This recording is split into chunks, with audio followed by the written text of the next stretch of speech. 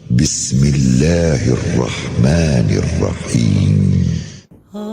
النحل نام آیت 68 کے فکرے وَأَوْحَىٰ رَبُّكَ إِلَى النَّحْلِ سے ماخوذ ہے۔ یہ بھی محض علامت ہے نہ کہ موضوع بحث کا عنوان۔ زمانہ نزول متعدد اندرونی شہادتوں سے اس کے زمانہ نزول پر روشنی پڑتی ہے۔ مثلاً آیت 41 کے فکرے وَالَّذِينَ هَاجَرُوا فِي اللَّهِ مِن بَعْدِ مَا ظُلِمُوا سے صاف معلوم ہوتا ہے کہ اس وقت ہجرت حبشہ واقع ہو چکی تھی۔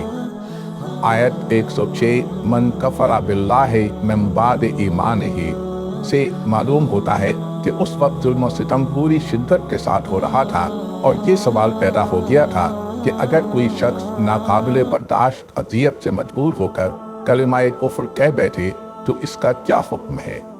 آیات 112 تا 114 وَضَرَبَ اللَّهُ مَثَلًا قَرْيَةً سے لے کر ان کنتم ایاہ تعبدون کا صاف اشارہ اس طرف ہے کہ نبی صلی اللہ علیہ وسلم کی بعثت کے بعد مکے میں جو زبردست قحط رونما ہوا تھا وہ اس سورہ کے نزول کے وقت ختم ہو چکا تھا۔ اس سورہ میں آیت 115 ایسی ہے جس کا حوالہ سورہ انعام آیت 119 میں دیا گیا ہے، اور دوسری آیت 118 ایسی ہے جس میں سورہ انعام کی آیت 146 کا حوالہ دیا گیا ہے۔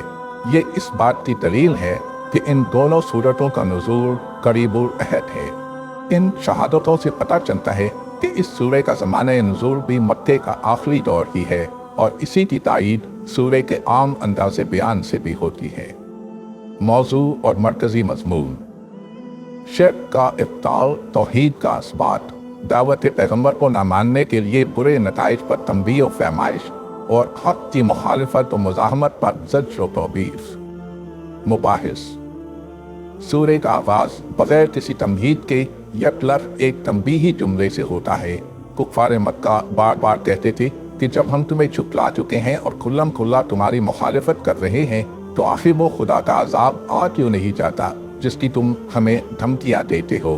اس بات کو وہ بالکل تکیہ کلام کی طرح اس لیے دہراتے تھے کہ ان کے نزدیک یہ محمد صلی اللہ علیہ وسلم کے پیغمبر نہ ہونے کا سب سے زیادہ صریح ثبوت تھا۔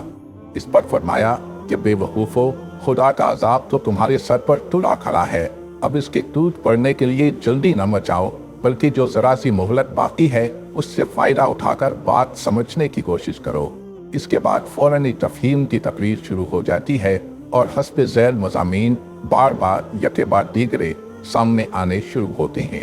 ایک، دن لگتے دلائل اور آفاق و انفس کے آثار کی کھلی کھلی شہادتوں سے سمجھایا جاتا ہے کہ شرک باطل ہے اور توحید ہی حق ہے۔ دو، منکرین کے اعتراضات، شکوک، حجتوں اور حیلوں کا ایک ایک کر کے جواب دیا جاتا ہے۔ تین، باطل پر اصرار اور حق کے مقابلے میں استکبار کے برے نتائج سے ڈرایا جاتا ہے۔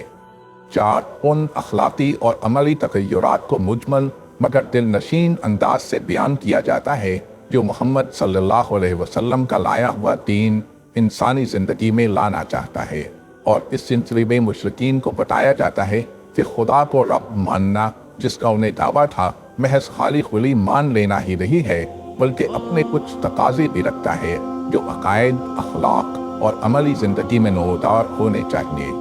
پانچ، نبی صلی اللہ علیہ وسلم اور آپ کے ساتھیوں کی ڈھارس بندائی جاتی ہے، اور ساتھ ساتھ یہ بھی بتایا جاتا ہے کہ کفار کی مزاحمتوں اور جفاکاریوں کے مقابلے میں ان کا رویہ کیا ہونا چاہیے۔